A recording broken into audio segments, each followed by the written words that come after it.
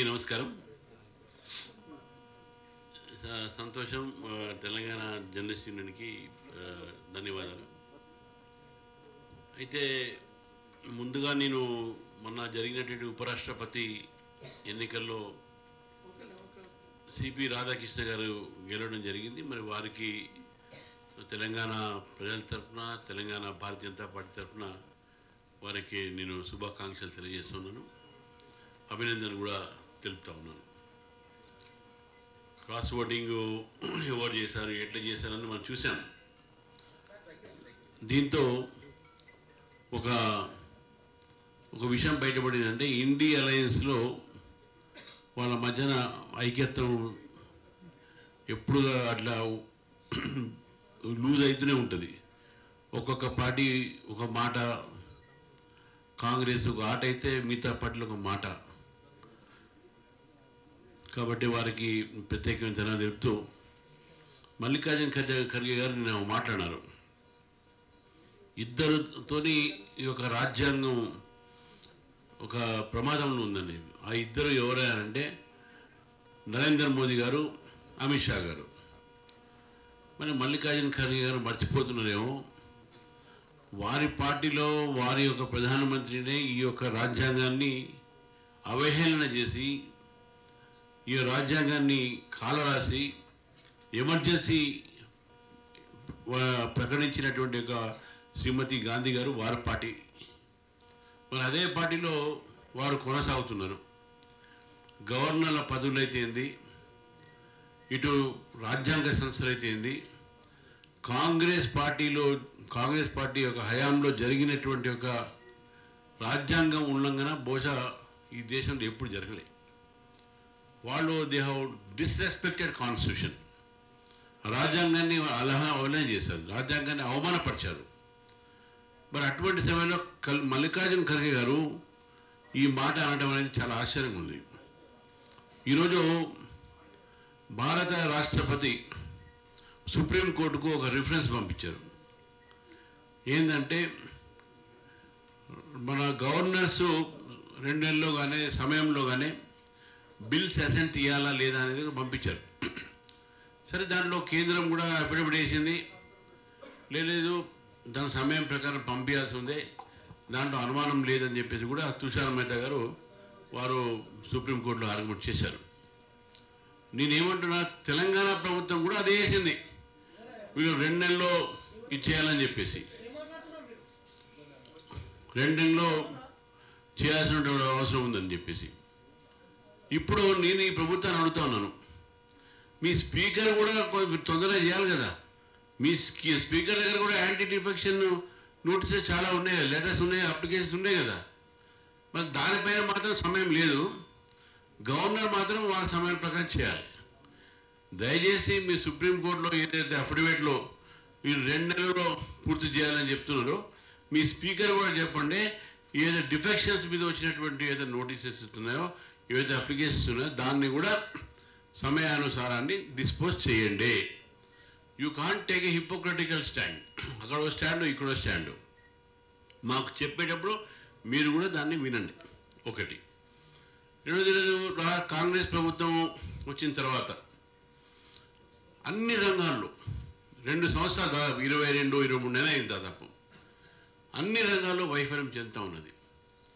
ముఖ్యంగా మనం education field ఒకవేళ చూస్తే, మొన్ననే యూనివర్సిటీ వెళ్ళొచ్చారు ముఖ్యమంత్రి గారు యూనివర్సిటీ వెళ్ళొచ్చి నేను 1000 కోట్ల దాకా ఇస్తాను, 1000 కోట్ల దాకా నేను పెడతామని చెప్పారు యూనివర్సిటీకు.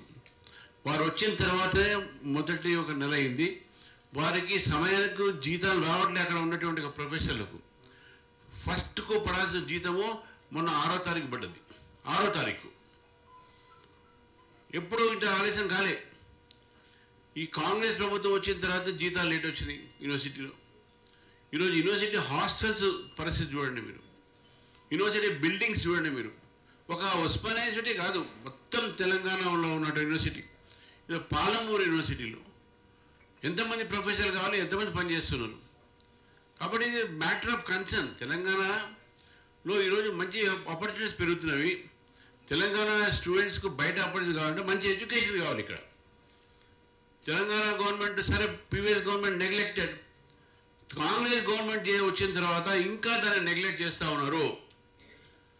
I'm asking the state government kindly take concentration, make concentration on the education sector and improve the education system. Otherwise, the Telangana students will suffer.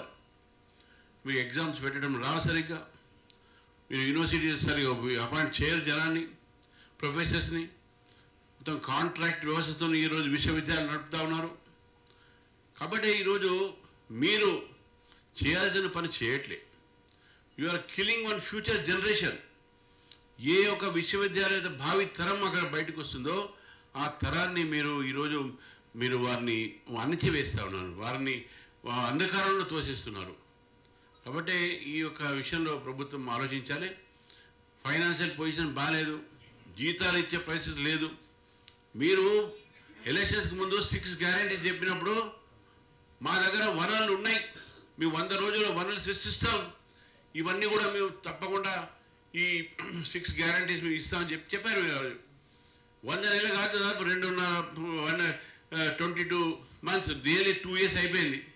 100 రోజులు ఎక్కడ, 2 years ఎక్కడ? మీ ఫైనాన్షియల్ పొజిషన్ ఏమి ఇంప్రూవ్ ఉన్నాయి? డావోస్ పోయారు, 70,000 కోట్లు తీసుకొచ్చామని చెప్తున్నాను. ఎక్కడ పోయినాయి ఆ 70,000 కోట్లు? మొన్న ఎక్కడో మలేషియా, సింగపూర్ పోయి వచ్చారు, అక్కడ కూడా మీరు 10,000 కోట్లు వస్తున్నాయని చెప్పారు. అన్నీ ఇక్కడ తెలంగాణ తీసుకొస్తారు. 2 సంవత్సరాలు మీరు అన్నీ తిరిగారు కదా, ఎన్ని కోట్లు వచ్చింది చెప్పండి. నాకు అనుమానం అయితే మీరు ఎంతైతే ఖర్చు పెట్టిన అనుభవం అవి కూడా రాకపోవచ్చు మన రాష్ట్రానికి, అది కూడా రాకపోవచ్చు. సో కాబట్టి స్టేట్లో ఉన్నటువంటి ఒక ఆర్థిక వ్యవస్థ ఈరోజు మొత్తం కూడా నిర్వీర్యం అయింది because of your mismanagement. ఏ కొత్త ప్రాజెక్టులు లేవు, కొత్త కార్యక్రమాలు లేవు. మీరు ఏదైతే ఎలక్షన్స్లో అనౌన్స్ చేస్తారో అవి కూడా మీరు దాన్ని అమలుపరచట్లేదు. కాబట్టి ఇటువంటి ఒక పరిస్థితిలో మీ పరిపాలన అవుతుందో ఈరోజు ప్రజలు చూస్తూ ఉన్నారు. కాబట్టి ప్రజలు మిమ్మల్ని రేపు తప్పకుండా అన్ని ఎలక్షన్స్లో కూడా మీకు బుద్ధి చెప్తారని చెప్పి నేను భావిస్తూ ఉన్నాను. మెడల్లో ఉంచుతాము, మీరు మెడలో ఉంచే అవసరం లేదు, ప్రజలు చూస్తున్నారు ఎవరు మెడలో ఉంచాలని చెప్పేసి. మీరు నిజంగా ఒక్క మాట చెప్పిన కాంగ్రెస్ పార్టీ ఈరోజు 2 సంవత్సరాల్లో ఏ అంశంలో మీరు ప్రజలకు మంచిగా చేశారని చెప్పేసి ఈరోజు పేపర్లో వచ్చింది. రహదారిలో దాదాపు ఈ యొక్క 10వ ప్లేస్లో ఉన్నాం యాక్సిడెంట్లు అవుతానే. వానలు పడితే ఎలక్ట్రిసిటీ షార్ట్లో చనిపోతూ ఉన్నారు. మీ జిహెచ్ఎంసీ పనిచేయట్లేదు, మీ ఎలక్ట్రిసిటీ డిపార్ట్మెంట్ సరిగ్గా పనిచేయట్లేదు, మీ రోడ్ సేఫ్టీ పనిచేయట్లేదు, మీ యొక్క అగ్రికల్చర్ డిపార్ట్మెంట్ పనిచేయట్లేదు షార్టేజెస్తోని. ఎక్కడ ఏ డిపార్ట్మెంట్ పనిచేస్తుంది అని చెప్తా ఉన్నాను. అమెరికా మొత్తం తెలంగాణలో అడ్మినిస్ట్రేటివ్ పారాలిసిస్ వచ్చేసింది. ఇది ఇక్కడ పరిపాలన పక్షవాతం వచ్చింది. పరిపాలన పక్షవాతం ఈరోజు తెలంగాణలో ఉంది. కాబట్టి పాలసీ పారాలిసిస్ ఒకటి ఉంటుంది. పాలసీ పారాలిసిస్ ఆల్రెడీ కాంగ్రెస్కి ఉంది, కానీ ఇప్పుడు no administrative paralysis in Telangana. Telangana government should wake up. Telangana సేవ్ చేయాల్సిన అవసరం ఉన్నది. తెలంగాణ తీసుకువచ్చింది మనం నియమాల కోసం, నియామకాల కోసం, నీటి కోసము. ఆ నియామకాలు సరిగ్గా చేయట్లేదు. కోర్టులు మన చివాట్లు పడతా ఉన్నాయి. పాపం సెలెక్ట్ అయిన వాళ్ళు ఏడుస్తున్నారు, సెలెక్ట్ కారంలో ఏడుస్తున్నారు. వాళ్ళ బాధ ఎవరికి పడతారండి? ఇద్దరు చూడాల్సిన అవసరం ఉన్నది. ఈక్విటబుల్ జస్టిస్ ప్రకారం మనం చూస్తే ఇదంతా కూడా లోపం అంతా కూడా ప్రభుత్వం ఈ యొక్క వ్యవస్థ సంస్థది. టీఎస్పీఎస్సీ పేరు మీద ఒకేమో పేపర్ లీకేజ్ గత ప్రభుత్వంలో, ఈ ప్రభుత్వంలో హోప్ బ్రేకేజ్, ఆశాభంగం. అటు పేపర్ లీకేజు, ఇటు హోప్ బ్రేకేజు, 2. నిజంగా ఆశ్చర్యం అనిపిస్తుంది. ఈ ప్రభుత్వానికి కొద్దిగా కూడా సెన్సిటివ్నెస్ లేదు. టైంకి పరీక్షలు పెట్టరు. జాబ్ క్యాలెండర్ డిమాండ్ చేస్తుంది బీజేపీ. వాళ్ళు కూడా చెప్పారు పెడతామని, అనౌన్స్ చేస్తారు, కానీ దానికి ఇంప్లిమెంటేషన్ లేదు. గత 11 సంవత్సరాల నుంచి Telangana is without any group 1 officers. ఆ రోజు గత ప్రభుత్వం ఏపీఎంఎస్ ఎగ్జామ్ కరెక్ట్గా టీఎస్పీఎస్లో ఈ గ్రూప్ 1 ఎగ్జామినేషన్ పెట్టుంటే, పిఎస్సి పబ్లిక్ సర్వీస్ కమిషన్ ఈ పార్టీ కాలం మనకు conferred IAS and IPS officer మన రాష్ట్రాలు ఉంటుండే. They are not conducted. Loss ఎవరికి? తెలంగాణ యువతకు, తెలంగాణలో ఉన్నటువంటి విద్యార్థులకు ఇది ఒక నష్టం జరిగింది, జస్ట్ బికాజ్ ఆఫ్ యువర్ పాప ఈ యొక్క దీంట్లో. కాబట్టి నేను ఈరోజు ఈ ప్రభుత్వాన్ని కోరుతా ఉన్నాను, భవిష్యత్తు తెలంగాణ యువతది. ఆ యువత గురించి మీరు ఆలోచించండి. ఇండస్ట్రీస్ నిర్మాణం చేయండి, వాళ్ళకి ఉద్యోగాలు లేవు. ప్రైవేట్ సెక్టార్లో కూడా ఉద్యోగాలు రావట్లేదు. What is the administration you are doing? Congress party has utterly failed. Rural సెక్టార్లో ఫెయిల్డ్, అర్బన్ సెక్టార్లో ఫెయిల్డ్. కేవలం పేపర్ల స్టేట్మెంట్లకు ఒకటి, ఢిల్లీకు రానుపోను ఒకటి, డావోస్ లాంటి ప్రాంతాల్లో పోయి ఇన్ని వేల కోట్లు తీసుకోవాలని చెప్పడం మాత్రమే. కానీ ఈ రాష్ట్రానికి ఇచ్చింది సున్నా. మళ్ళీ సున్నా ఇచ్చే మళ్ళీ కేంద్రం మీద ఏడుస్తారు. ఇది పొరపాటు. ఇది యూ క్రియేట్ యువర్ రెవెన్యూస్.